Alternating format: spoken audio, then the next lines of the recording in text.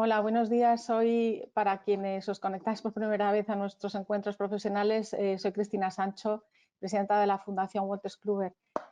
Permitidme que os hable de tú o de vosotros, más bien, porque después de 8 años casi ya celebrando estos encuentros con ESADE Law School, pues hemos generado una comunidad verdaderamente pues, muy amplia y muy fiel a estas sesiones, a estas citas.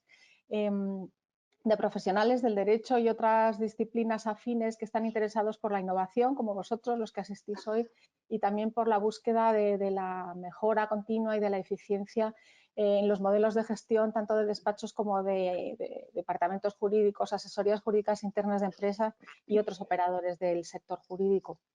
Solo en los 3 encuentros de este curso 2020-2021 hemos tenido casi 900 o más de 900 asistentes contando con la sesión de hoy. Hemos hablado en este curso de justicia y tecnología, hemos hablado también de modelos alternativos o nuevos modelos de prestación de servicios jurídicos y hoy, como sabéis, vamos a hablar de lo que se denominan en inglés legal operations. En español hemos traducido literalmente por operaciones legales, pero probablemente sea más correcto hablar de operaciones jurídicas, puesto que operaciones legales, como nos decía algún seguidor en redes sociales esta semana, pues son todas las operaciones de una compañía o de un despacho. Las operaciones financieras, las de mantenimiento, las operaciones comerciales son todas legales porque se ajustan al ordenamiento jurídico. Quizás sea más correcto seguramente en español decir operaciones jurídicas, no operaciones legales. Os doy, por tanto, la bienvenida a este encuentro en el que vamos a contar con 3 ponentes excepcionales, como de costumbre. Tenemos a Inma Perales, a Jordi Estalella y a Javier Gómez Ferrer, a los que va a presentar Eugenia Navarro, que siempre modera estas mesas y que es profesora de ESADE Law, es profesora de marketing, de estrategia y va a moderar la mesa redonda.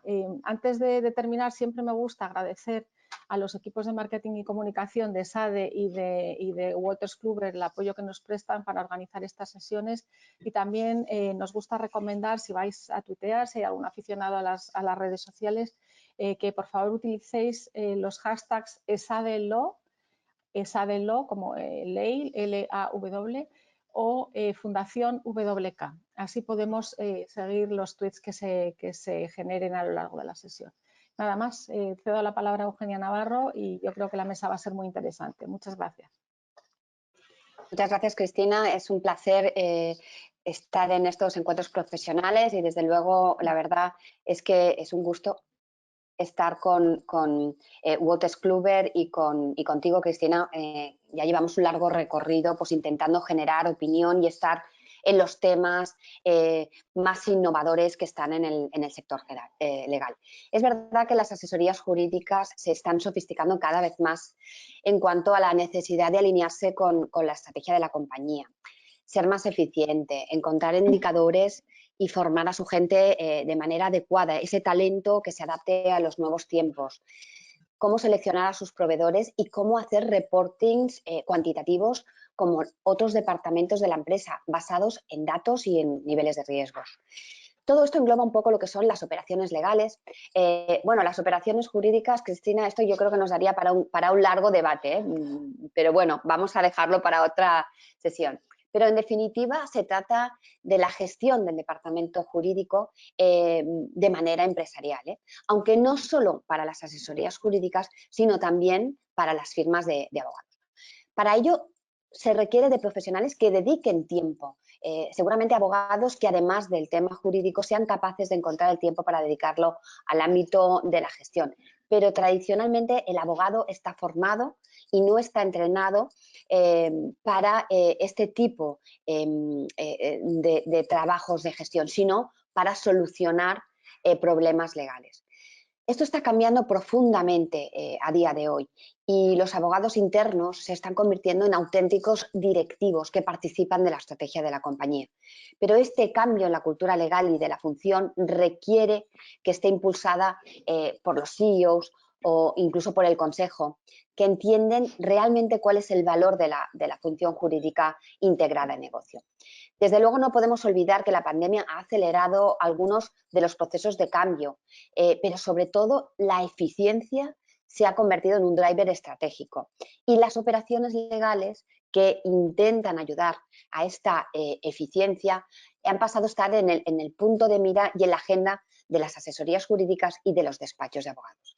Según el último informe de la ACC, publicado este mismo año, en el que se han entrevistado unos 947 CLO, o sea, directores de asesoría jurídicas en 21 industrias y en 44 países, el 60% de los departamentos legales ya tiene un empleado que trabaja en operaciones. Pero lo importante es que desde el 2015 hasta el día de hoy ha crecido la función un 40%. Y ya hay un 21% de las asesorías jurídicas que tienen más de 4 personas trabajando. Esto marca un crecimiento contundente y consistente en la contratación, formación y creación de puestos de trabajo en lo que son las operaciones legales. Desde luego, ha llegado para quedarse y están evolucionando muy rápidamente, ya que se adaptan al momento que está viviendo las empresas y el sector legal. A medida que esta función ha crecido, también se ha generado una comunidad a través del Corporate Legal Operations Consortium, CLOC, que ha establecido un marco de trabajo sobre las áreas de actuación que engloban las Legal Operations. Así pues, las operaciones legales, no obstante, siguen siendo un gran desconocido para una parte de la profesión, y eso es lo que queremos venir a tratar hoy. Desde luego contamos con ponentes de lujo. Desde las diferentes perspectivas, contamos con un departamento jurídico interno, con una firma de abogados que está asesorando en este ámbito y con un consultor especializado en el ámbito de las operaciones legales. Y así pues, sin más dilación, empiezo a presentar a nuestros ponentes de hoy. Contamos con Inma Perales. Buenos días, Inma. Hola, Eugenia. ¿Qué tal? Muy bien. Buenos días. Inma es licenciada en Derecho y letrado asesor de empresas E1 por la Universidad Pontífica de Comillas, ICADE. Además tiene un programa de desarrollo directivo por el IES y ha realizado un máster en Derecho de la Energía por el Club Español de la Energía. Tiene una trayectoria, conoce bien el trabajo legal porque ha trabajado en una Big Four como auditora externa durante 2 años para reforzar sus conocimientos en el mundo empresarial, incorporándose posteriormente a Repsol en auditoría interna, donde trabajó casi 17 años en diferentes puestos, lo que le ha permitido tener una visión global de la compañía y así como una sólida base en procesos, control interno e indicadores. En el 2009 ya se incorporó a los servicios jurídicos de la compañía y en la actualidad trabaja en la Dirección General de Asuntos Legales, desempeñando estas funciones en el ámbito transversal del área legal relativa justamente a la mejora de procesos, el control de riesgos legales, incluyendo la optimización de estos procesos y de contratación externa, junto con la elaboración de presupuestos, control de costes, diseño y cálculo de indicadores, la elaboración de cartas de litigio y la coordinación de controles internos. En definitiva, en el ámbito de operaciones legales. Muchas gracias por estar aquí. También contamos con Javier Gómez Ferrer. Javier Gómez Ferrer, que me hace mucha gracia, que me pone su año de nacimiento y me dice hasta cuando se tercie. Tras aprobar en el 2006 las oposiciones al Cuerpo de Abogados del Estado, ejerció como tal primero en las plazas de Valencia y Teruel, donde ostentó la jefatura, y luego en Valencia, donde se especializó en el asesoramiento a entidades públicas, contencioso administrativo y derecho penal económico.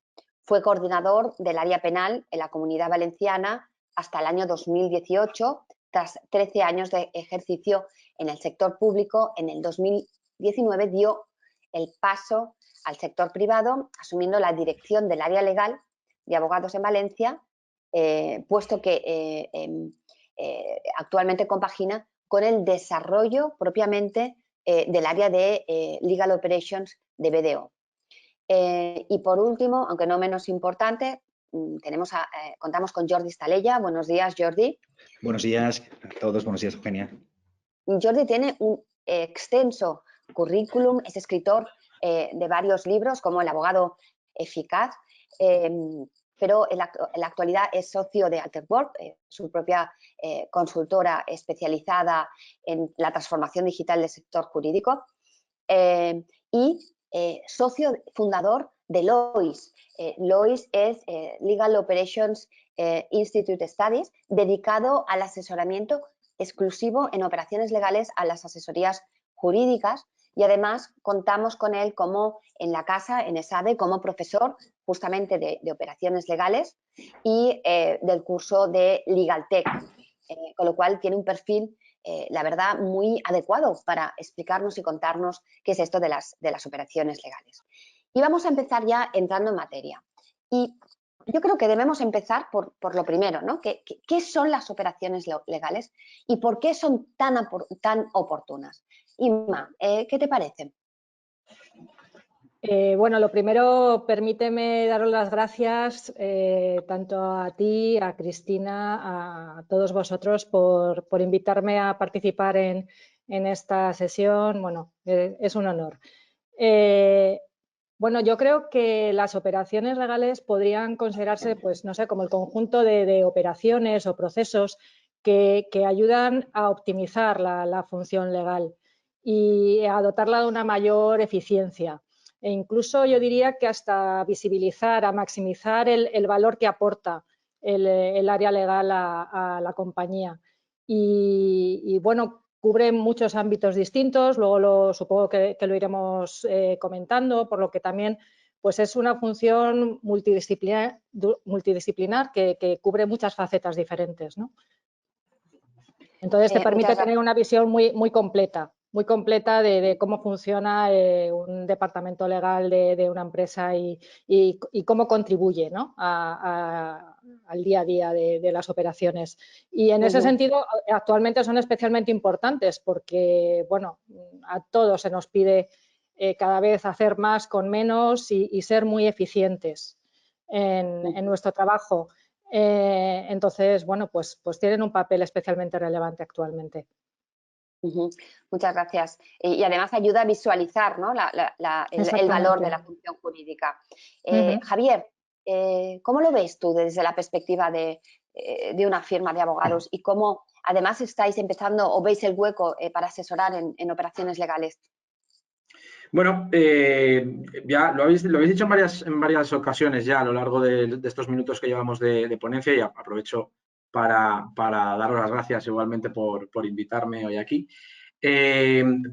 Operaciones legales es sinónimo de eficiencia y así lo habéis ya manifestado en varias ocasiones. La palabra eficiencia en 10 minutos que llevamos de webinar ha salido ya en varias ocasiones, ¿no? Yo creo que es fundamental en una situación como la actual, tanto en un área jurídica de una empresa como para las propias firmas de abogados como la que yo me encuentro, un adecuado desarrollo, ¿no? de las operaciones legales, porque ya yo añadiría a esta idea de eficiencia, de productividad, de rentabilidad una palabra más, que es supervivencia. Es decir, en un modelo actual en el que la facturación, por la situación en la que nos encontramos, es casi plana en las firmas de abogados, el crecimiento o la rentabilidad viene por necesariamente una mayor eficiencia en la gestión.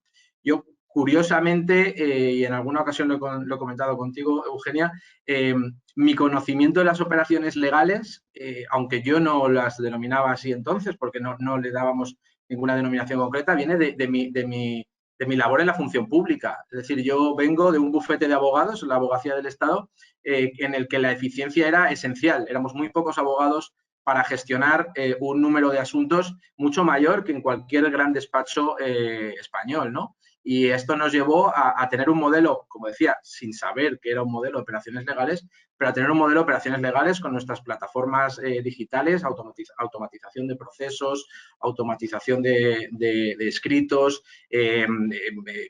estadísticas, métricas, para poder centrarnos en lo que realmente era importante, en lo que nosotros podíamos aportar un valor añadido, y dejando para otros perfiles o incluso para tirar de modelos por esa vía de la automatización de documentos para aquellos otros asuntos que eran estandarizables, eran repetitivos y en los que además sabíamos cuál era la decisión judicial independientemente de lo que nosotros dijésemos, ¿no? Entonces, yo he visto que aquello, entonces, en el ámbito público lo hacíamos por una cuestión de supervivencia. Y esto es perfectamente exportable y es lo que estoy viendo en el sector privado, en las grandes firmas para poder ser más productivas y, por supuesto, en las asesorías jurídicas de empresa. Muchas gracias, Javier. Jordi, tú como experto que has visto evolucionar el sector, que has ido entendiendo y comprendiendo esta evolución, ¿cómo ves tú el mercado de las operaciones? ¿Qué entiendes que son las operaciones legales? Muchas gracias, Eugenia. Aprovecho para saludar a los amigos y amigas que están en el ciberespacio siguiéndonos.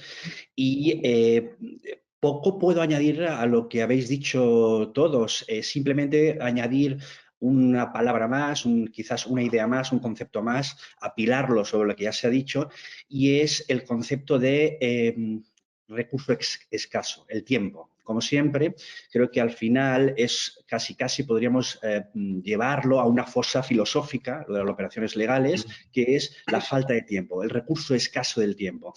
Tengamos en cuenta que tanto en una asesoría jurídica como en una firma legal, cuando se realiza un proyecto y se encarga ese proyecto a un socio o al responsable de la asesoría jurídica, que a la vez tiene que asignar parte de ese trabajo o la actualidad del trabajo a las personas de su equipo, estamos añadiendo, estamos agregando una carga, un trabajo extraordinario a la actividad ordinaria. Por lo tanto, me quedaría con la palabra recurso escaso, que es el tiempo, y una, digamos, situación extraordinaria donde tienen que gestionarse, además de lo cotidiano, además de las actividades jurídicas, aquí sí, jurídicas, que es la naturaleza propia de un departamento jurídico, hay que gestionar toda una serie de aspectos de gestión que son extraordinarios. Y no digamos cuando se añade un proyecto ya más amplio, como puede ser de transformación digital, un proyecto de cierta envergadura y de duración en el tiempo, donde necesitas gestionarlo.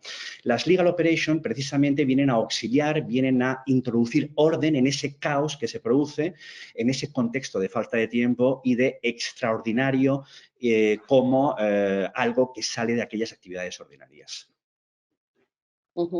Muchas gracias.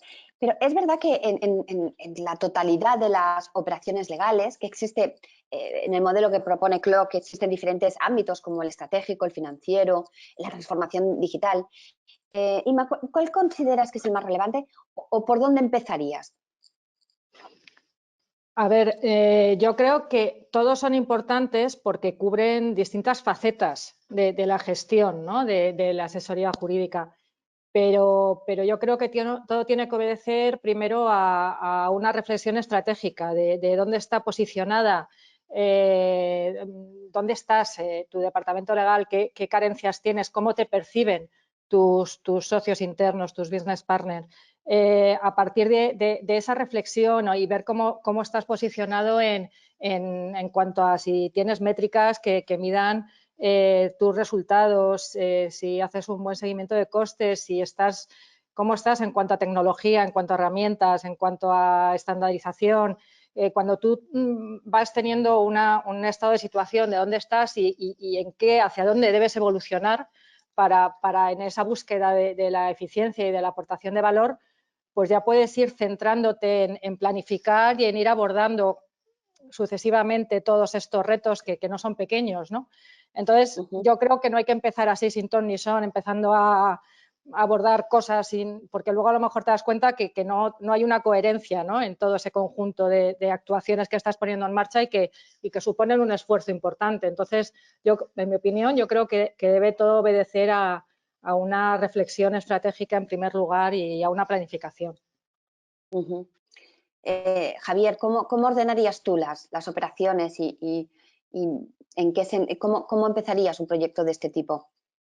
Bueno, yo como ha dicho Inma, también considero que al margen de que todas son importantes y complementarias entre sí, lo fundamental es tener claro cuál es la situación en la que se encuentra la firma de abogados, el área de asesoría jurídica de una empresa, para pensar cuál es la parte de las operaciones legales que tiene que desarrollar con mayor intensidad, ¿no? Pero para mí creo que hay un paso primero dentro de las distintas áreas que es esencial y que sin él va a ser difícil luego desarrollar otras otros de los aspectos de las operaciones legales. Y para mí, por lo menos yo le doy una especial importancia a la transformación digital. Es decir, es a través de la transformación digital, a través de la utilización de herramientas digitales que vamos a poder gestionar nuestra área de una forma mucho más eficiente, y solo a partir de ese momento vamos a ser capaces de medir, vamos a ser capaces de detectar nuestras debilidades y de poder decidir si estamos asignando los escasos recursos, como decía Jordi en su intervención anterior, a lo que realmente merece la pena o no. Todo esto, que yo creo que son dimensiones esenciales de las operaciones legales, no se puede conseguir si no hemos iniciado con cierta amplitud una transformación digital, ¿no? Que nos permita, sin tener que dedicar más recursos que no tenemos, a sacar todos esos datos que ya tenemos, están en nuestros sistemas, pero no tenemos una capacidad de verlos con facilidad. Tendríamos que colocar un equipo que empezase a analizar todos nuestros asuntos y en qué situaciones se encuentran y los presupuestos, etcétera. Bueno, pues esto, con una previa transformación digital, lo podemos obtener con las herramientas tecnológicas, ¿no? Que ya nos ofrecen todos esos datos y nos permitirían ya enfocar en lo que realmente nos puede interesar desde un punto de vista estratégico. Muchas gracias, Javier. Jordi, tú como experto en operaciones y en transformación digital, ¿qué es primero, el huevo o la gallina? Javier lo ha puesto difícil realmente porque ha abierto un debate y algo que sucede en la práctica. No solo es un debate que se queda en las nubes, sino que forma parte del debate estratégico de una firma o de una asesoría jurídica. ¿Por dónde empezamos? Y además la transformación digital es cierto, como dice Javier, que tiene hoy en día reviste gran importancia. Para añadir algo más y dar un apunte complementario, quizás deberíamos pensar en las legal operations como una situación de equilibrio, donde antes de abordar cualquier aspecto en profundidad deberíamos tener un mínimo común denominador, un mínimo que se alcance en cada una de las áreas de la asesoría jurídica o del departamento jurídico. Pongo un par de ejemplos que creo que ilustrarán enseguida lo que quiero decir. Una firma muy digitalizada o que pretenda una digitalización como prioridad en su estrategia de legal operations, pero en cambio que flaquee en el cash flow, es decir, que no tenga un ingreso que en definitiva le provoque liquidez, va a tener tensiones importantes que le van a impedir afrontar cualquier otro tipo de proyecto de legal operations.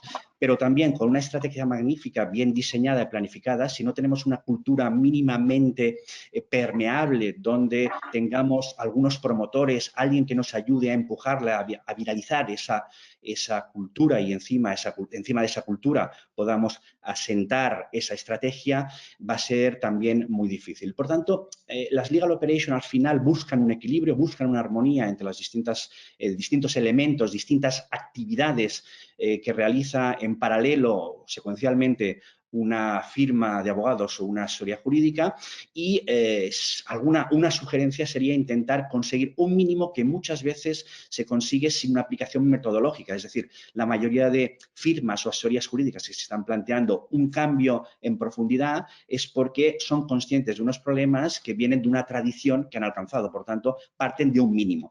Partir de un mínimo es importante porque ya sabemos que de ese mínimo, de esos aciertos y errores, podemos corregir, podemos asentar una estrategia de legal operations mucho más acertada. Muchas gracias, Jordi. Me viene muy bien para la pregunta que os quiero hacer ahora, ¿no? ¿Quién lidera las legal operations? ¿Se puede transformar? ¿Necesita una formación específica? ¿Tiene que ser el propio abogado reconvertido? Inma, tú estás liderando de alguna manera ese cambio hacia operaciones. Cuéntanos. A ver, en mi caso, por ejemplo, he llegado a realizar todo este tipo de funciones casi por inercia, porque la propia actividad de la compañía y también, por supuesto, del departamento legal te conducía a ir profundizando cada vez más en temas de gestión, en un mejor seguimiento de los asuntos, en impulso de la tecnología, como hablábamos, en transformación digital, en tal. Supongo a ver, quien lidera este cambio puede ser un abogado interno que dedique parte de su tiempo, puede ser una persona con un perfil más empresarial, más de gestión de empresas o incluso de sistemas. Supongo que puede haber distintos perfiles, ¿no?, que lideren este proceso. Pero bueno, sí que desde luego tienes que tener un buen conocimiento jurídico de cómo funcionan los departamentos legales, porque sin eso, bueno, va a ser difícil, ¿no?, adaptarse a las necesidades de tu función y que tiene particularidades, ¿no? Tienes que tener también un buen conocimiento de los negocios. Y luego otra serie de capacidades, como puede ser pues que ese afán de innovar, de mejora continua, bueno, cuestionarte las cosas, de si aunque tú te creas que lo estás haciendo bien, si lo puedes hacer de otra manera más eficiente. Hay que tener capacidades analíticas. Bueno, pues yo creo que también en este tipo de funciones, como involucran a mucha gente, pues el perfil de la persona también tiene que ser bastante, creo yo, colaborador, ¿no? Y de integrar a muchos departamentos distintos para que entiendan pues la necesidad de implicarse todos, ¿no?, en esto. Entonces, bueno, bajo mi punto de vista, no necesariamente tiene que ser un abogado, pero sí que tiene que entender muy bien cómo funciona un departamento jurídico o un despacho de abogados. Muchas gracias, Inma. Javier, ¿cómo lo ves tú? ¿Debe tener esa formación complementaria? ¿Solo siendo abogado es suficiente? ¿Quién debe liderar? Desde luego, yo creo que es importante entender que tiene que venir apoyado, porque es un cambio cultural por parte del General Counsel. Pero, ¿qué se necesita para empezar a liderar un proyecto de este tipo? ¿Qué consideráis? En mi caso, mi experiencia es muy similar a la de Inma. Es decir, yo he acabado aquí un poco por inercia. Muy bien, no sé todavía muy bien cómo, ¿no? Quizá fue precisamente por esa experiencia anterior mía en la abogacía del Estado que me hizo, cuando me incorporé a BDO, interesarme mucho por qué tipo de operaciones legales estaban haciendo en el despacho, porque esperaba un cierto paralelismo con lo que había visto en mi experiencia anterior, ¿no? Bueno, yo no sé. Se han dicho muchas de las habilidades o de las competencias que debe tener una persona que lidere las operaciones legales. Yo casi que lo voy a ampliar un poco más, y más que en la persona que lo lidere, me hablaría del equipo que lidera las operaciones legales, porque creo que, como muy bien ha dicho Inma, es un perfil que requiere muchas habilidades diferentes y complementarias entre sí. Es decir, y es difícil que una sola persona las reúna todas, ¿no? Por eso hablo más del equipo que de la persona que lidere las operaciones legales, porque, bueno, pues en este caso en BDO a lo mejor la imagen visible ahora mismo soy yo, pero mis skills son unas que sin estar bien complementadas con las skills de otros compañeros y compañeras que están en el equipo, pues no serían suficientes, ¿no? En ese sentido, pues estoy totalmente de acuerdo con lo que se ha dicho. Creo que es indispensable el conocimiento del sector. Esto es fundamental, pero no creo que sea el único requisito a tener en cuenta. Es decir, no hace falta ser abogado para liderar las operaciones legales, pero desde luego hay que conocer el negocio jurídico. Y además hay que tener esas competencias en materia tecnológica, por lo menos tener esa inquietud. Hay que tener ciertas competencias en gestión de proyectos. Y luego, para mí hay una soft skill, ¿no? Esto que llaman ahora la soft skill, que creo que es muy importante en este área, que es la creatividad, ¿no? La creatividad creo que es muy importante en este área. Es algo que el sector de los abogados no valora desde el punto de vista más tradicional de la abogacía, pero que creo que es fundamental. Creo que es fundamental en el ejercicio de la abogacía, pero creo que también es sin duda fundamental en este ámbito de las operaciones legales. Es decir, alguien que sea capaz de darle la vuelta a la forma normal o habitual o tradicional de funcionar y dar nuevas perspectivas. Muchas gracias, Javier. Jordi, tú que has estado asesorando y has visto cómo se ha gestado algún inicio de departamento de Legal Operations, dos preguntas para ti. Una, ¿quién crees que debe liderar? Y tú que estás libre de una organización, ¿hay una resistencia especial al cambio y en la manera de trabajar al abogado cuando de repente le dices que ya no archiven sus carpetas de Outlook y que empiece a meterlo en un gestor documental? ¿Es un colectivo especialmente resistente para trabajar de otra manera cuando piensan que técnicamente la calidad que ellos de sus documentos es excelente? Ahora que no nos oye nadie. No, sí, ahora que estamos solos, podemos hablar con tranquilidad. Empezando por la última pregunta, Eugenia, sí, efectivamente, en los diversos proyectos de consultoría que hemos llevado a cabo y estamos desarrollando, nos encontramos siempre una bolsa de resistencia importante. Hemos estimado, nosotros pasamos una serie de cuestionarios, de test de diagnósticos iniciales, cuantitativos, que luego completamos con una serie de datos cualitativos a través, por ejemplo, de las entrevistas, y tenemos estimado que las bolsas de resistencia, tanto en firmas legales como en asesorías jurídicas, rondan aproximadamente entre el 20 y el 30%. Excepcionalmente bajan del 20%, excepcionalmente suben del 30%. Podríamos, para poner un promedio, que tendríamos que matizar mucho, pero poner un promedio sería más o menos un 18-20% de bolsas de resistencia. Hay más resistentes que promotores, por ejemplo, es decir, gente dispuesta a activar, impulsar y promover cualquier tipo de proyecto de Legal Operations, transformación digital, que es nuestro campo específico en una firma. Pero a su favor, yo he sido exabogado durante 15 años y a nuestro favor puedo decir que somos resistentes, pero no dolosos, sino imprudentes. Es decir, somos, digamos, personas que tenemos mucho trabajo, que queremos hacer las cosas como creemos que tenemos que hacerla, y esa parte de creencia está muy asociada a un conocimiento particular, como bien sabemos, y hay una parte de verdad y una parte de razón en conservar ese conocimiento muy vinculado a la creatividad, a esa innovación jurídica, a esa innovación, esa manera distinta de hacer las cosas que comentaba Javier antes. Pero, evidentemente, esto dificulta, obstaculiza cualquier proyecto de Legal Operations o de transformación digital. Por otro lado, el rol de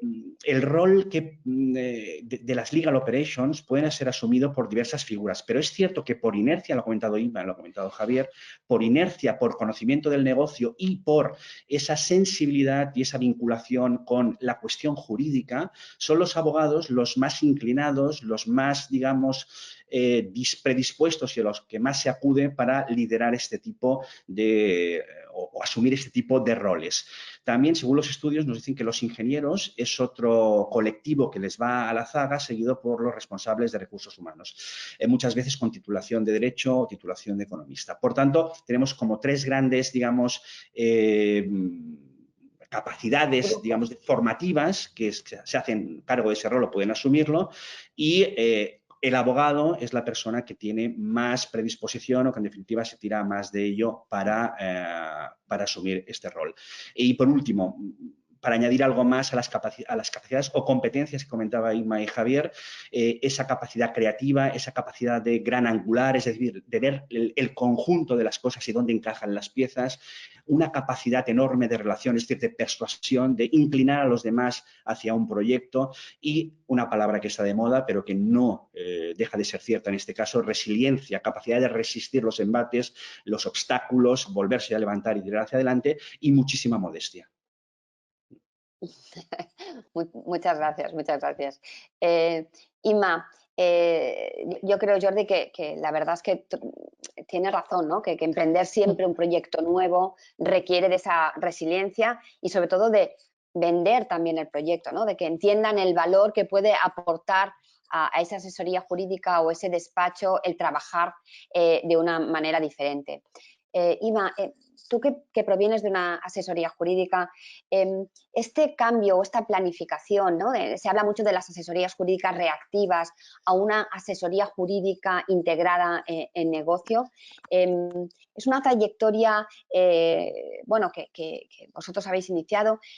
¿Cómo crees qué pasos hay que hacer estratégicos para que se vea que la asesoría está acompañando al negocio y que está asesorando desde el primer momento.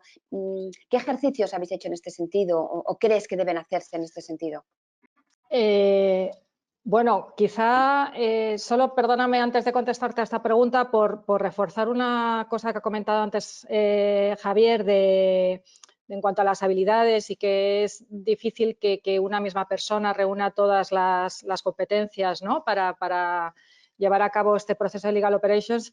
Creo que tienes toda la razón y, de hecho, no sé si luego lo comentaremos, pero el incorporar perfiles distintos de abogados a estos procesos de Legal Operations en mi opinión, es muy enriquecedor, ¿no?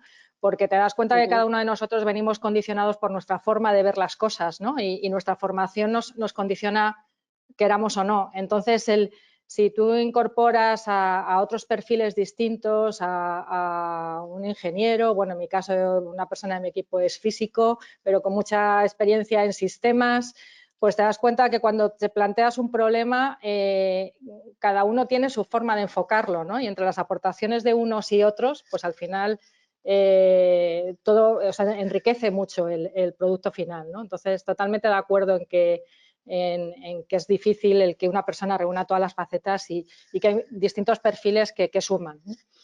Y bueno, contestando a tu pregunta de cómo pasar a cómo evolucionar en esa percepción de los negocios, pues lo primero que a lo mejor que hay que saber es cómo te ven los negocios, ¿no? Es cierto que yo creo que históricamente siempre se nos ha visto como un centro de coste, que costamos muchísimo y ponemos trabas y bueno, como que quitamos agilidad en algunos casos, ¿no? Aunque no duden de bueno, la profesionalidad del trabajo que se realiza, pero bueno, pues hay que ver cómo te perciben los negocios, en qué facetas quizá hay que mejorar y hay que ser más ágiles y hay que hacer las cosas de otra manera. Y bueno, pues eso es un proceso que lleva tiempo, pero bueno, se pueden hacer encuestas a tus business partners y para tener datos concretos. Si tú preguntas a todos tus clientes internos o tus socios cómo te ven y qué mejorarían, qué tal, pues ya te da mucha información, ¿no? Y a partir de ahí, pues también puedes ir poniendo planes de acción para ir trabajando en cada una de esas facetas, ¿no?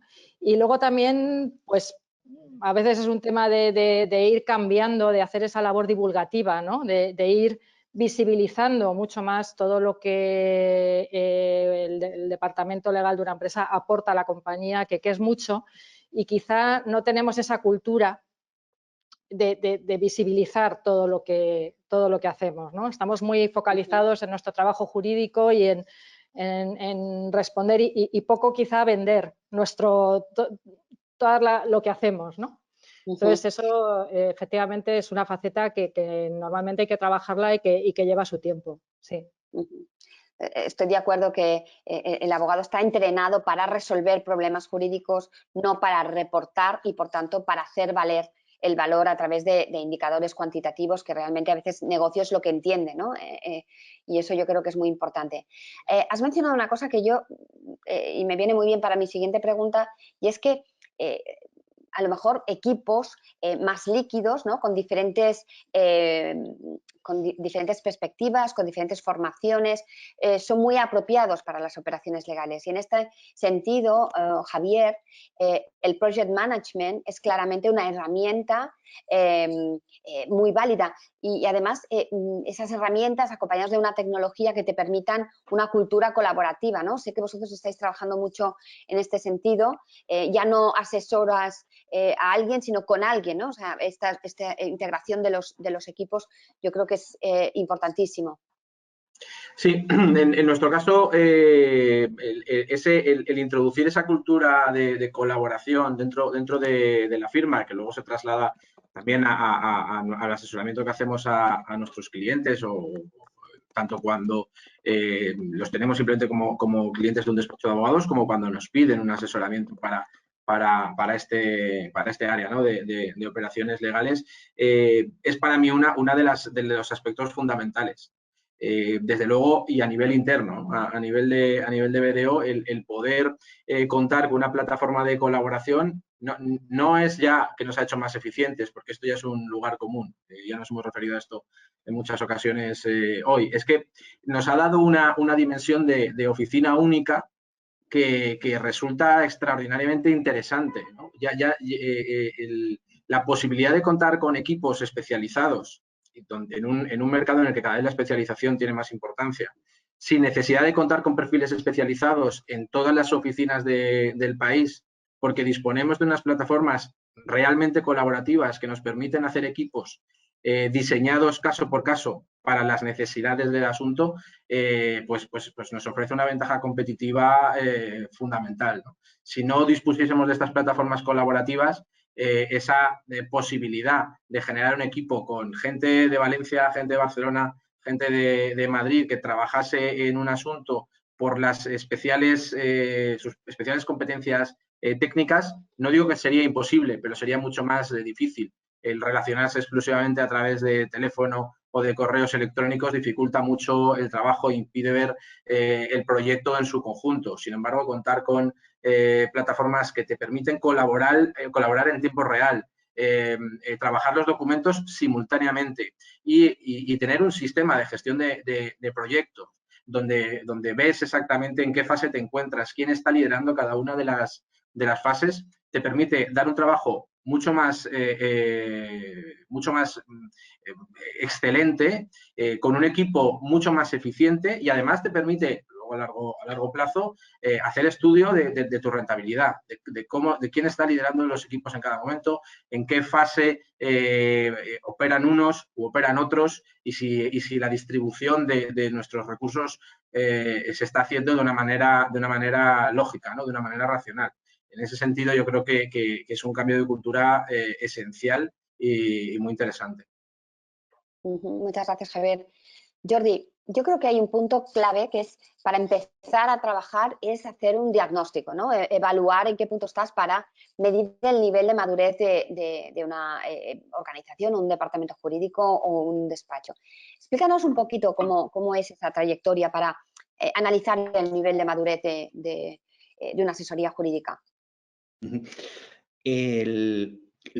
Nosotros lo que hacemos, hay distintas técnicas para medir la madurez de una asesoría, pero tenemos que enfocarlo siempre desde este punto de vista que hemos compartido desde hace ya rato, es decir, desde el principio, es ese punto de vista poliédrico de la asesoría jurídica o de una firma de servicios legales.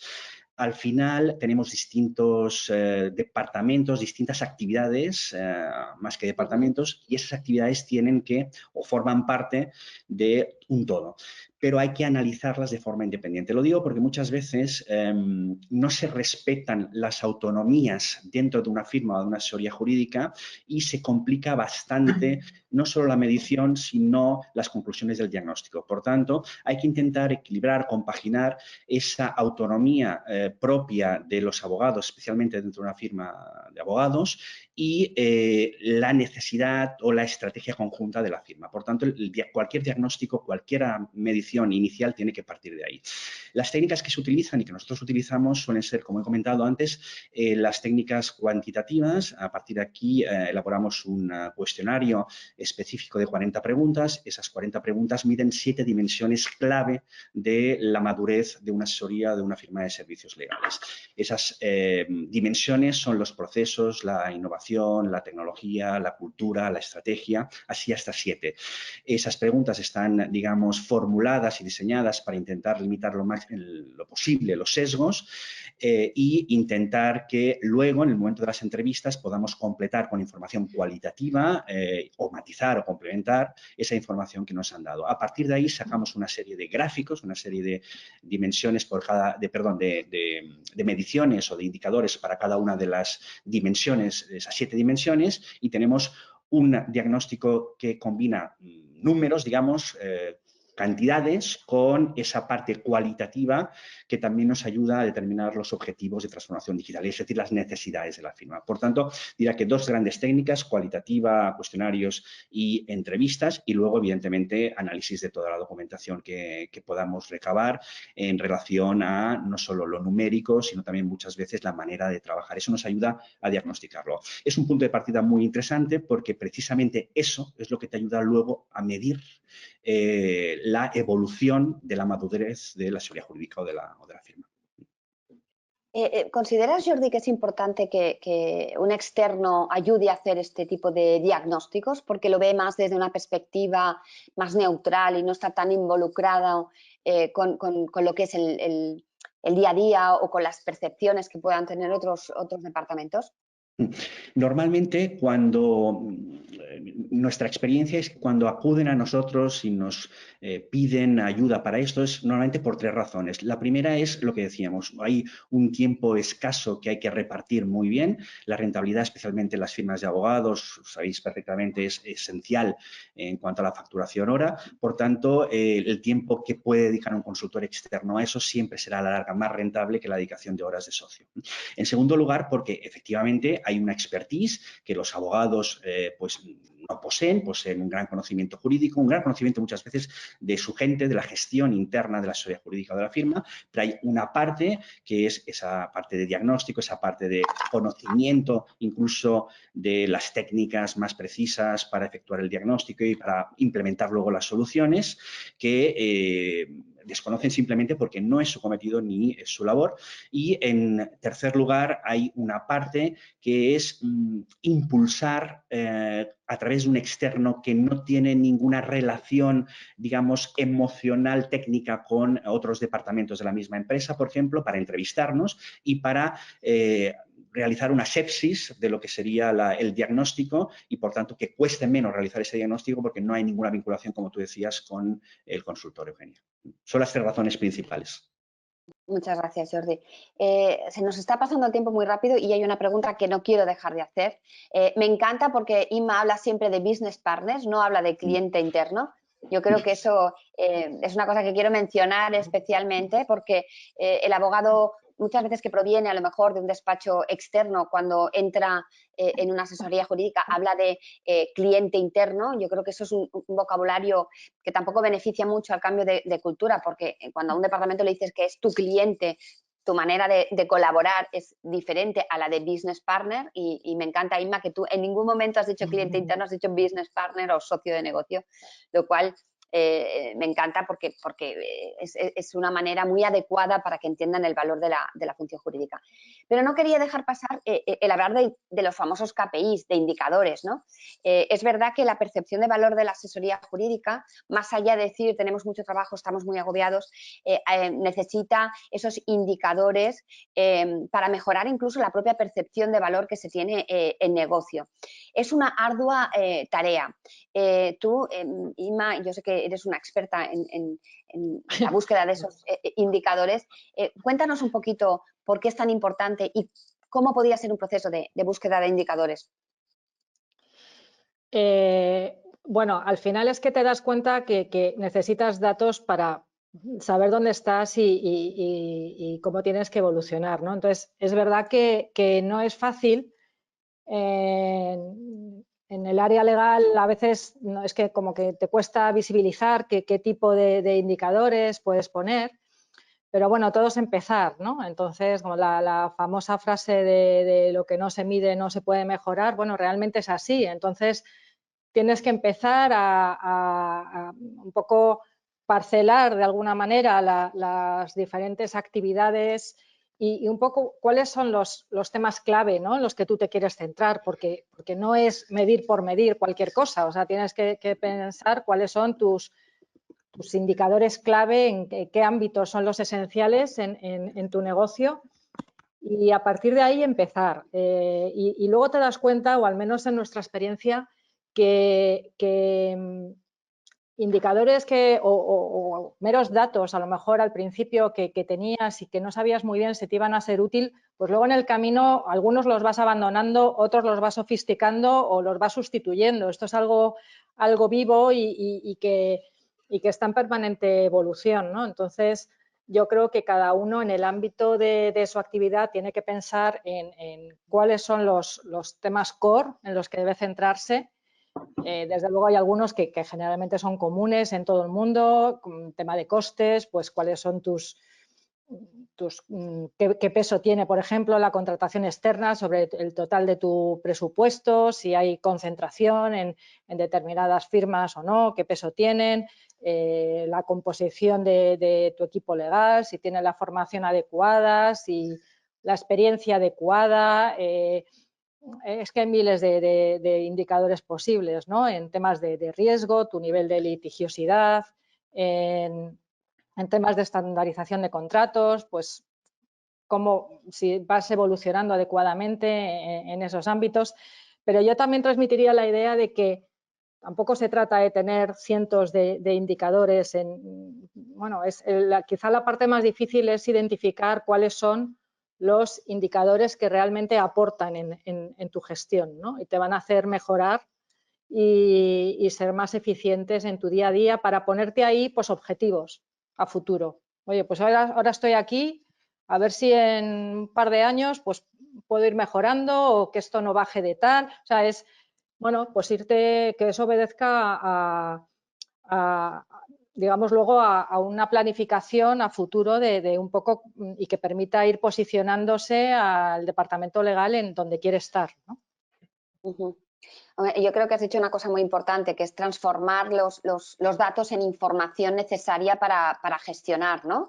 Y que eso te ayude a encontrar indicadores para la mejora continua del departamento, ¿no? Y que sean indicadores alineados con la estrategia y con que los departamentos de negocio valoren, ¿no? O sea, que evolucionar correctamente. Me parece muy, muy interesante.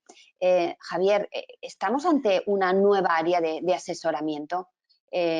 Algo que realmente ofrece un valor en departamentos legales muy ocupados con el trabajo técnico, desbordados porque no han eficientado y que realmente necesitan esa ayuda. Sí, sin ninguna duda y más es el mejor ejemplo de ello. Es decir, las grandes empresas necesitan y están cada vez más inmersas en este área, ¿no? De las operaciones legales. Nosotros en BDO hemos ido trabajando en paralelo. O sea, nosotros iniciamos nuestro camino en las operaciones legales por una necesidad interna y ha sido sobre la base de ese desarrollo, de esa progresión en nuestro modelo de operaciones legales internos, en el que hemos visto que nuestro modelo era perfectamente exportable a las áreas jurídicas. Y además ha coincidido con que hemos ido notando cada vez más y de forma expresa el interés de nuestros clientes o potenciales clientes en el área. No es reciente, sino que ya de unos años a esta parte hemos tenido consultas de grandes clientes interesados en estos asuntos. Yo recuerdo al poco tiempo de entrar en BDO y que yo venía del sector público, tener una reunión en una gran empresa en la que lo que nos pedían era precisamente hacer frente o nos transmitían la inquietud porque querían hacer frente a esa visión que antes de una forma muy gráfica señalaba Inma, que tenían del área jurídica en la empresa, ¿no? Para nosotros ellos, para la empresa, ellos eran un área que costaba mucho dinero y nunca habían sabido venderse y necesitaban ver qué procesos tenían, optimizar esos procesos y, sobre todo, ser capaces de leer sus resultados para poder vender sus resultados dentro de la empresa, al business partner, no al cliente interno. Y hemos detectado esa necesidad y cada vez más. Hablas de esta disciplina con clientes o con personas dentro del mundo jurídico y cada vez hay más gente que estaba interesada en esto y que te plantea, yo dedico gran parte de mi tiempo, yo soy abogado, pero sin embargo dedico gran parte de mi tiempo a cuestiones de gestión, a cuestiones que no son mi especialización y que me tienen absolutamente desbordado y ni yo ni mi equipo podemos centrarnos en lo que realmente podemos aportar un valor añadido, ¿no? Pues sin duda ahí hay un área de negocio muy interesante, porque las empresas lo demandan, muchas lo están haciendo por propia iniciativa y aprendiendo solas, pero hay despachos de abogados o consultores como Jordi pueden hacer un papel fundamental. Jordi, quería volver un poco sobre la transformación digital, ¿no? Desde luego, la selección de proveedores, ¿no? En los paneles de abogados externos, yo creo que forman una parte importante, sobre todo en la eficiencia y en el ahorro de costes, que según el propio informe de Wolters Kluwer de Future Ready Lawyers era una de las principales retos de las asesorías jurídicas, o sea, la reducción de costes.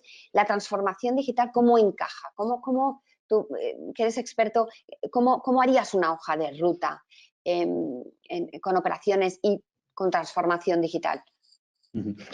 Es cierto y es verdad que es una tendencia, especialmente en grandes empresas, en las asesorías jurídicas de grandes empresas. Para poneros un ejemplo que es relativamente conocido, es el de la gran empresa AIG. AIG selecciona a sus abogados externos, a los despachos externos, los contrata, es decir, ese proceso de contratación lo realiza a través de una subasta digital. Es una subasta digital ciega donde no se ven los abogados que, digamos, pujan, no ven los precios. Quien ve el precio es el responsable de la asesoría jurídica y a partir de ahí se van estableciendo, digamos, gráficas, que es muy interesante ver la plataforma, es una plataforma propia que utilizan para ver cómo se acaba adjudicando ese contrato. Evidentemente hablamos de una empresa con miles, cientos de miles de trabajadores en todo el mundo y donde hay gran número de operaciones jurídicas o legales. Por tanto, sí que fijaos cómo impacta la transformación digital en la contratación de abogados. A nivel más, digamos, local, ya se están probando algún sistema por alguna empresa, quizás no es tan evolucionado, pero sí que ayuda a determinar con alguna herramienta, digamos una calculadora, los costes legales previsibles, estimados y luego realmente liquidados. Por tanto, esto ayuda en el ejercicio siguiente a determinar, a tener esos datos, esa información válida para tomar decisiones. En cuanto a la hoja de ruta, hay 7 pasos, podríamos, para poner un número que, bueno, que siempre se retiene mejor en la memoria, que está extraído de la metodología que nosotros utilizamos, pero que en definitiva obedece a un método genérico, general, adaptado. En primer lugar, identificar las necesidades y objetivos de la transformación digital. Inma y Javier han hablado de esto y han hablado muy bien en el sentido de no es por tener KPIs, sino saber exactamente cómo van a impactar esas KPIs en nuestro negocio. Por tanto, es importante identificar esos objetivos de transformación digital. Luego hay que priorizarlos. Efectivamente, yo creo que lo que ha comentado Javier y Inma es ese ejercicio de priorización y normalmente se utilizan 2 criterios para priorizarlos. Uno es el impacto en negocio, en esos grandes indicadores que nosotros hemos estado enunciando de forma recurrente, que es la rentabilidad, la eficiencia o la experiencia del business partner o del cliente externo en el caso de las firmas. Pongamos un ejemplo, por ejemplo, un proceso de ticketing, es decir, una asesoría jurídica. Los abogados de una empresa, el departamento jurídico, reciben multitud de consultas de otros business partners, de otros departamentos. A veces se reciben tantas que es necesario ordenarlas, gestionarlas con mayor eficiencia. Esto tiene un gran impacto en el tiempo de la asesoría jurídica y además que es muy demostrable al final de año.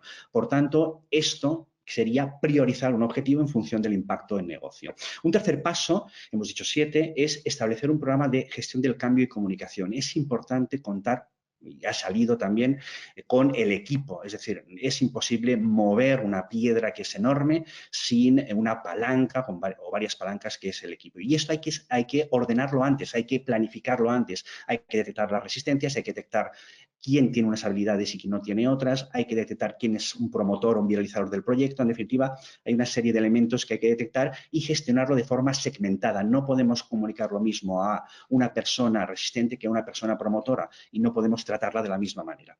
Un cuarto punto es levantar los procesos, es decir, mapear los procesos, porque ya hemos identificado los objetivos y, por tanto, eso nos orienta a qué procesos tenemos que mapear para detectar o identificar las necesidades o las ineficiencias y luego las las necesidades que necesitaremos para implementar la tecnología necesaria si es que necesitamos tecnología. Muchas veces nos hemos encontrado en la práctica que no es necesaria la tecnología, sino que es necesaria una reasignación de funciones, es necesario eliminar redundancias en los procesos o simplemente es necesario o conviene eliminar un proceso de cabo a rabo. Por tanto, no es siempre la tecnología o la transformación digital es equivalente en tecnología. Y todavía podría decir algo más. Muchas veces la tecnología entorpece todavía más el proceso. Es decir, todavía provoca peores indicadores. Por tanto, la tecnología no es la panacea, sino que es un efecto que, en definitiva, muchas veces se produce o no se produce en función de lo que se haya diagnosticado antes. En quinto lugar, hemos dicho las necesidades tecnológicas. El 6, valorar las soluciones de mercado. Muchas veces nos empeñamos en implementar o en desarrollar programas internos, softwares internos complicados. Eso es muy costoso, ocupa más horas y hay muchas soluciones en mercado que son bastante adaptables y cada vez hay más APIs, es decir, más traductores que traducen el nivel informático de lo que necesita asesoría jurídica o una firma de servicios legales, despacho de abogados, con esa tecnología de la casa que hemos encontrado en mercado. Y por último, realizar un piloto. Nuestra sugerencia siempre es nunca empezar como elefante en cacharrería y empezar a implementar toda esa solución en la organización, sino probar un piloto, un pequeño piloto, iterar sobre el piloto, es decir, intentar que funcione bien, realizar un éxito rápido, un quick win y luego externalizarlo, extenderlo a toda la organización. Yo diría que esos 7 pasos son básicos o esenciales en la hoja de ruta de transformación digital. ¿Tú te encuentras en las empresas que están aglutinados? O sea, ¿hay un responsable de transformación digital y un responsable de operaciones? ¿O se empiezan de la mano y luego se acaban definiendo los roles y los papeles de transformación digital y operaciones? Lo que nos encontramos habitualmente hoy todavía es un rol de... las firmas grandes ya suelen tener ese papel o han empezado a tener desde hace escasísimo tiempo, hablamos de 2 años, 3 años a lo sumo, de un responsable de transformación digital, pero está dotado de pocos poderes en la práctica, es decir, tiene poca autoridad y poca potestad, es decir, no puede hacer determinadas cosas o puede hacer muy pocas cosas, porque al final acaba dependiendo del socio director en la firma. En las asesorías jurídicas es algo distinto, con el socio director y el responsable de tecnología. Es decir, que hay como 3 roles que ahora están distribuyendo las tareas, pero todavía estamos en el proceso de determinar, de asumir realmente papeles con un verdadero poder y autoridad en el área funcional. Y en las asesorías jurídicas normalmente es el responsable de asesoría jurídica, el director de asesoría jurídica, junto con algún responsable de departamento técnico tecnológico, quien se está ocupando de sus papeles, pero es cierto que a nivel internacional, especialmente, incluso empresas europeas, empieza a haber roles de transformador digital, es decir, incluso se llaman así en la traducción en inglés, transformador digital, o el jefe de operaciones legales, que ya se empieza a desdoblar del director de asesoría jurídica. Y como decíamos, es una tendencia que va a más. Yo creo que has dicho una cosa también muy, muy importante y muy peligrosa, ¿no? Cuando el departamento de IT te dice, tranquilo, que ya te desarrollo yo un programita que te va a hacer esta transformación digital de la asesoría jurídica. Cuidado con los programitas. Porque la verdad es que yo he visto auténticos desastres por el desconocimiento seguramente de la función jurídica y desde luego mucha frustración cuando no es que esté intentando dejar en mal lugar a los departamentos de IT, pero a veces el reinventar todo o hacerlo todo desde cero cuando hay soluciones en el mercado es mucho más complicada y sobre todo si no tienen una visión muy clara de lo que es el departamento jurídico. Y ya para finalizar, ya nos quedan pocos minutos para que entren las preguntas del público. ¿Qué recomendaciones le haríais a un abogado tradicional que quiere empezar a trabajar con operaciones legales o que quiere cambiar su forma de trabajar? Empezamos por ti, Ima. Bueno, yo creo que realmente es que el abogado tradicional necesariamente tiene que tener ciertos conocimientos de gestión empresarial, también un cierto, bueno, estar abierto a a que la tecnología le pueda ayudar en su trabajo y tener un poco esa mentalidad adaptada al cambio y a la mejora continua, a esa visión de que además de abogado tienes que ser un buen gestor de proyectos, apoyándote en distintas herramientas que lo que van a contribuir es a que seas más eficiente, ¿no? Yo creo que el abogado quizá de hoy tiene que tener un perfil más completo, que además de ser bueno técnicamente en tu trabajo, no puedes obviar otros factores que inciden necesariamente en tu día a día y que vas a tener ahí presentes. Entonces, yo creo que tiene que tener esa formación complementaria en estos ámbitos que te digo. Es verdad que el abogado del siglo XXI le toca tener una formación más completa, ¿no? Y además se habla de los T-shaped professionals, que además de las formaciones técnico-jurídicas deben tener pues, esas competencias en gestión, en tecnología, pero es la evolución natural no solo del sector legal, ¿no? En general, en servicios profesionales toca evolucionar y complementar la formación técnica con otro tipo de conocimientos y habilidades. Javier, ¿cuál sería tu recomendación? Tú que provienes además de la abogacía del Estado, aunque ya ahí ya estabais haciendo de manera intuitiva estas operaciones legales. Sí, efectivamente, pero de manera intuitiva. Yo creo que y está ligado también a lo que yo viví en mi experiencia particular. Añadiría a lo que dice Inma que no solo el abogado debe tener cada vez más esas competencias propias de un empresario, sino que debe superar la resistencia natural del abogado, que es un sector o que pertenece a un sector muy conservador, a tener esa visión de sí mismo como empresario. Es decir, el abogado tiende a huir, o por lo menos esta es la percepción que yo he tenido, lo he tenido en mi experiencia anterior y lo he tenido ahora en el sector privado, tiene una tendencia a huir de la figura del empresario. Yo soy abogado y no soy empresario, y como si fuesen dos dimensiones incompatibles entre sí, como si la excelencia técnica estuviese reñida con una adecuada gestión empresarial de tu área o de tu firma de abogados. Yo creo que es fundamental darse cuenta de que esto no es así y de que introduciendo esas capacitaciones, esas habilidades de gestión empresarial, puedes hacer incluso que tu excelencia sea mayor. Si centras tus esfuerzos técnicos en lo que realmente merece la pena, en lo que realmente exige esa especialización técnica y en aquellos otros aspectos estandarizables que permiten una gestión por personal menos cualificado o que incluso con un sistema de automatización documental prácticamente podemos tener los escritos preparados, podremos centrar nuestro tiempo en realmente en aquellos asuntos en los que nuestra capacitación técnica es más demandada. Por lo tanto, sí, yo creo que no solo hay que tener esas capacidades propias de un empresario, sino vencer esa resistencia a mezclar esas dos dimensiones.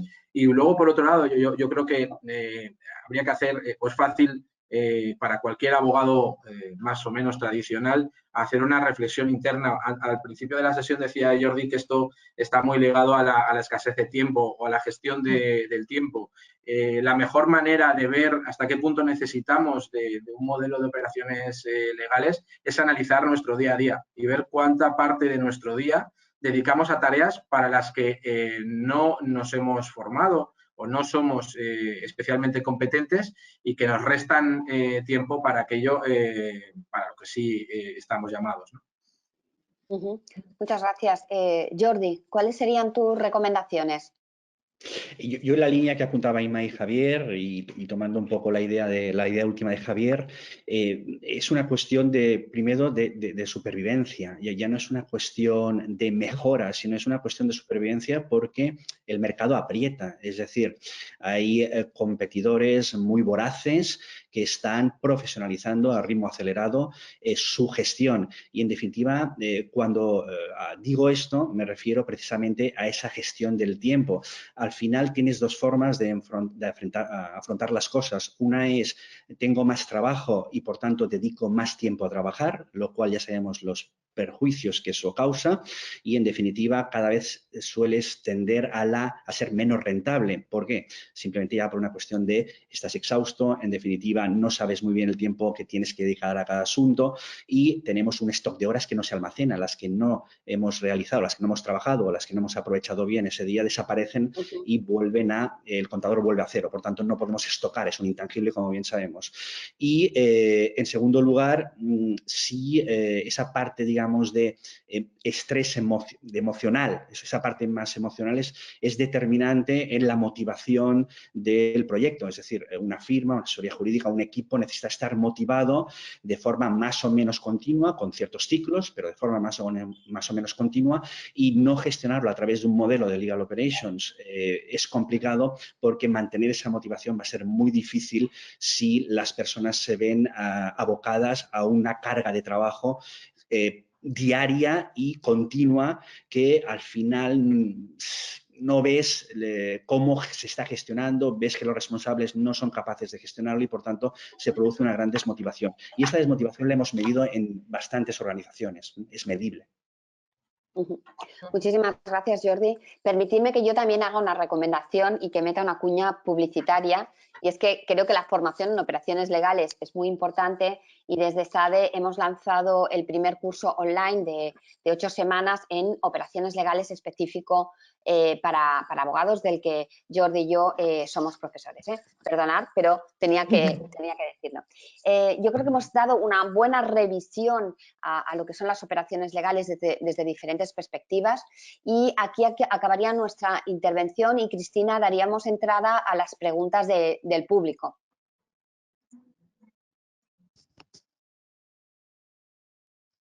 Perdonad, sí, es que cuesta que se conecte la cámara, yo creo que está ya, ¿no? Sí. Te vemos.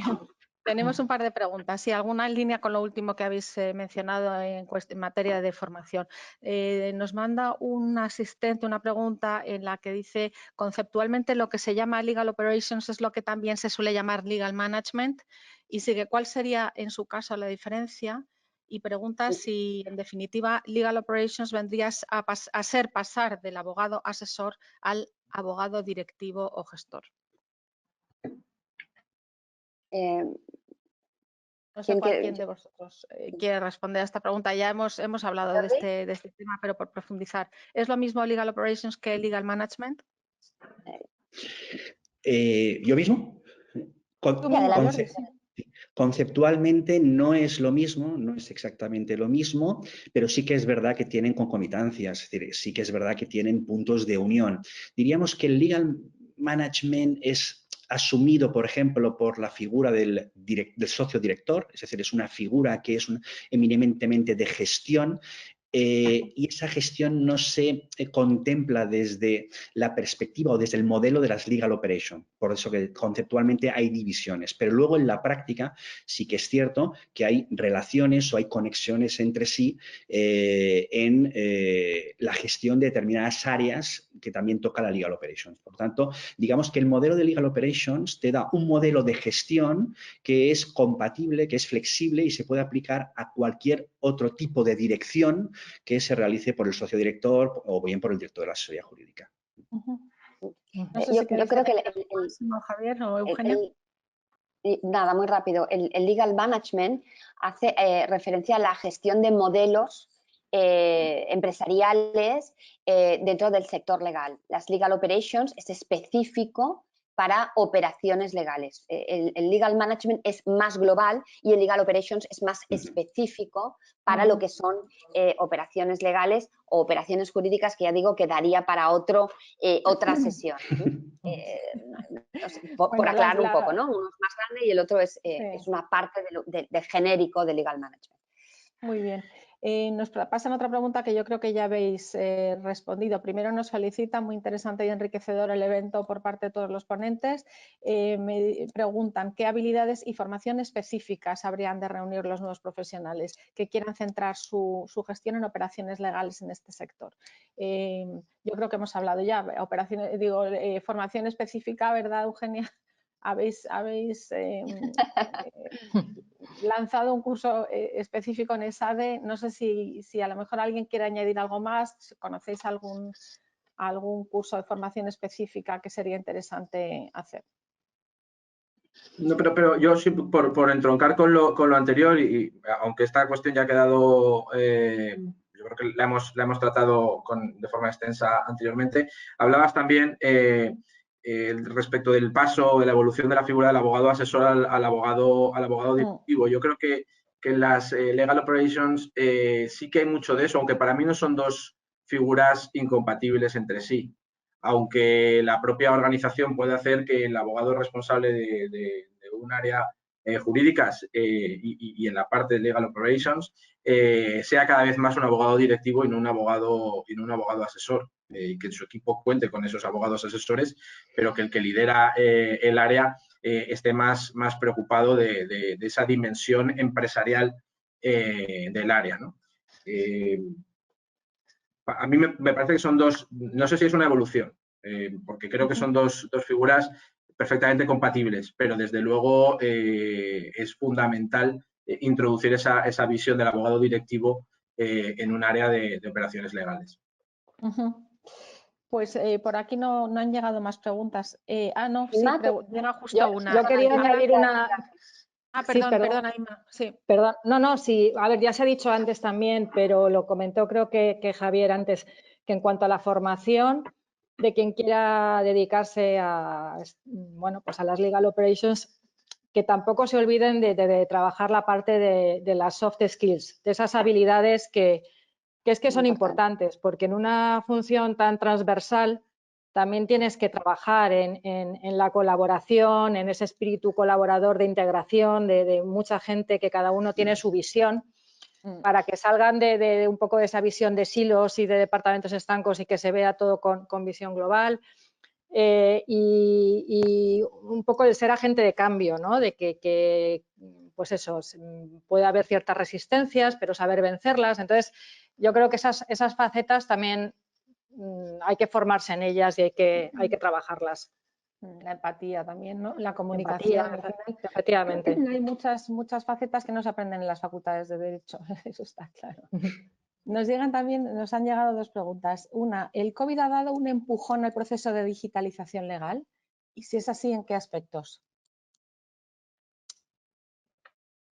No sé quién quiere responder, Javier.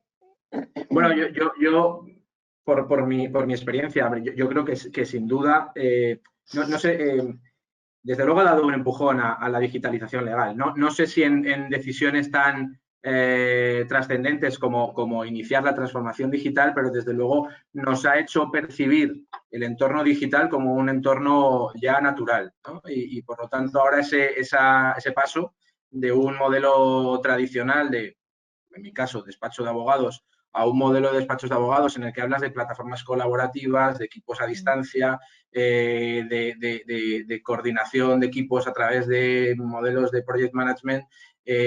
Esto probablemente antes del COVID era más difícil de implantar y la necesidad nos ha hecho empezar a utilizar estas herramientas hasta el punto de que hoy en día plantear esto en mi firma o en cualquier otra firma ya no se ve ni siquiera se ve como algo disruptivo, ¿no? Se ve ya como algo natural. Esto son los tiempos que nos ha tocado vivir. Y por lo tanto yo creo que hay que aprovechar la coyuntura. Ya ahora estamos acostumbrados a que se puede trabajar en un asunto con un equipo que se encuentra a distancia, ya no a distancia desde la oficina a nuestras casas, sino que se encuentra a distancia diseminado por todo el país. Esto es algo que hemos visto que se puede hacer y que funciona, pues hay que sacarle partido. Si me permitís un apunte, no sé si hay tiempo, sí, Cristina. Sí. Esta mañana estábamos intentando quedar con una persona y esta mañana muy temprano recibía un mensaje de contestación a través del chat privado de LinkedIn donde me decía una pregunta muy cortita, donde me decía ¿café o Zoom? Yo creo que esto resume muy bien ese cambio que adelantaba Javier. Ese cambio que ha sucedido después de la pandemia. Esa normalidad que antes era extraordinaria, esta normalidad que antes era extraordinaria, que es conectarnos y mantener, como estamos manteniendo ahora, una comunicación, digamos, síncrona a través del ciberespacio.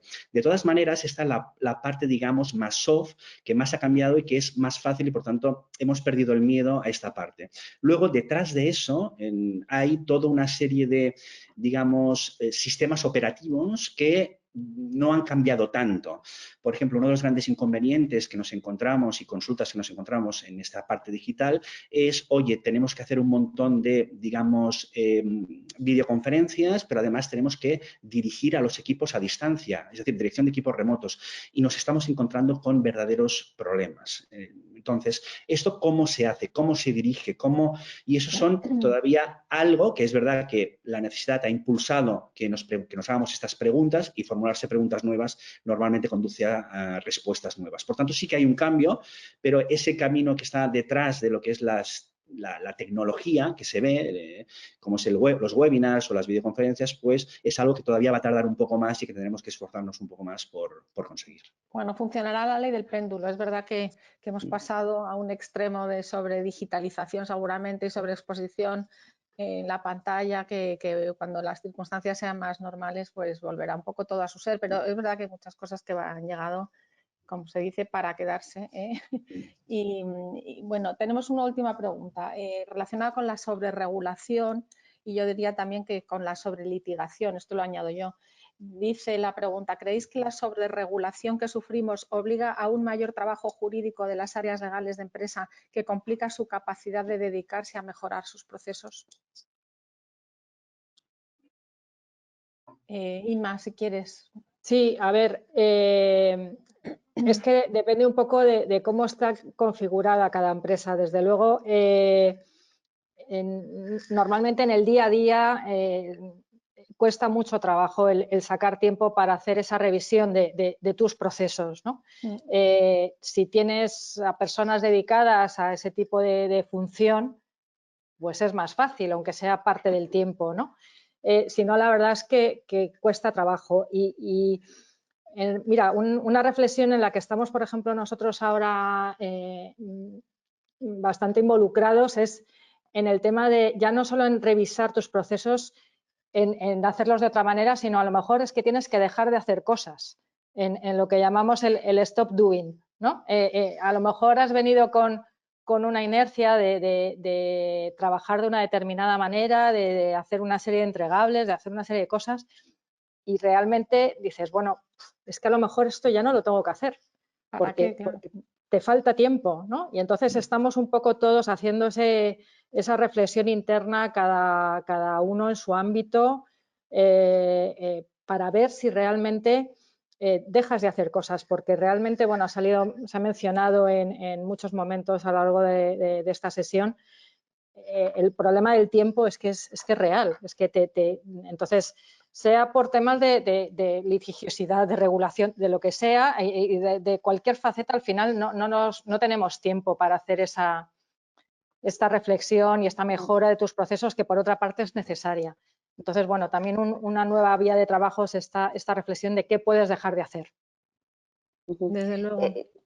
Yo quería añadir que en la observación de varias asesorías jurídicas hay algunos que trabajan como, nosotros lo llamamos como bomberos, ¿no? O sea, apagando fuegos constantemente. Cuando se trabaja en este nivel de estrés y de esta forma, es muy difícil poder parar para revisar los procesos. Entonces, requiere, como decía Inma, de parar y encontrar el tiempo para revisar la manera de hacer y seguramente eficientar, porque no es posible vivir en un constante apagón de fuegos, porque primero no es bueno para la persona que trabaja en este constante estrés, pero seguramente tampoco es bueno para la organización. Entonces, esa reflexión me recuerda mucho a esa viñeta que seguro que todos conocéis, de que alguien está tirando de un carro con las ruedas cuadradas y viene alguien a decirle, oye, tengo esta idea que es una rueda redonda, y le dice, no podemos porque estamos muy ocupados. Yo creo que eso ocurre en la realidad en algunas asesorías jurídicas. Absolutamente. Pues estamos ya llegando al final. Yo quería hacer un repaso un poco de conceptos que han salido en la sesión de hoy, porque me parece interesante, conceptos que se han venido repitiendo. Se ha hablado, por supuesto, de productividad, rentabilidad, incluso de supervivencia, además de eficiencia.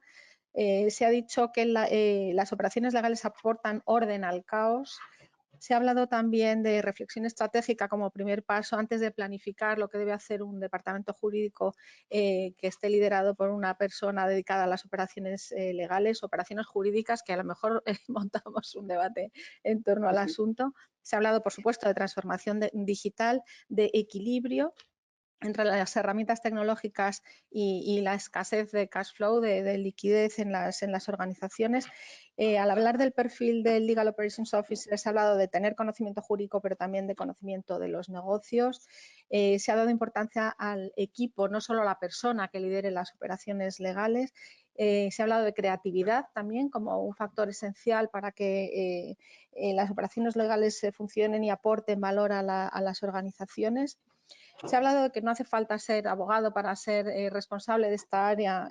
También sirven los perfiles de ingenieros o responsables de recursos humanos, pero siempre con una visión jurídica y un conocimiento profundo del entorno jurídico, de persuasión, de resiliencia, de modestia, de valores cuantitativos, que son los que al final entienden, y por tanto de reporting, de datos objetivos, que son los que entienden las empresas, y de generar valor y saber vender el valor que el departamento jurídico aporta a su business partner, mejor business partner, mejor socio que cliente interno, ¿verdad? Y finalmente, bueno, pues hemos hablado de plataformas colaborativas, de indicadores, de objetivos a futuro, en fin, un montón de temas. De todos ellos se hará una crónica en el diario La Ley, probablemente también en Noticias Jurídicas o en el suplemento jurídico de 5 días, en el suplemento legal de 5 días. Enviaremos una grabación, si los ponentes nos lo permiten, de esta sesión a los asistentes dentro de unos días y compartiremos los materiales a través también de redes sociales. Muchísimas gracias a todos por una sesión que realmente ha sido muy clarificadora y espero que nos veamos en futuros encuentros. Muchas gracias a todos. Gracias, Eugenia, también. Muchísimas gracias. Muchísimas gracias. Un abrazo a todos. Y os esperamos ver en el siguiente encuentro. Desde luego. Sí, exactamente. Muchas gracias. En el debate de operaciones jurídicas, operaciones legales. Y podemos incluir operaciones legítimas. Ya tenemos los 3. Esperemos que alguna vez podamos retomar nuestros las encuentros. Sesiones presenciales. Yo creo que con las vacunas, ojalá. Ya haremos un híbrido, sesiones presenciales, sesiones virtuales, para dar también satisfacción a los que no puedan acercarse a Madrid. Muchas gracias otra vez. Perfecto, muchísimas gracias. Hasta la próxima. Gracias. Chao, muchas gracias. Hasta luego. Hasta luego.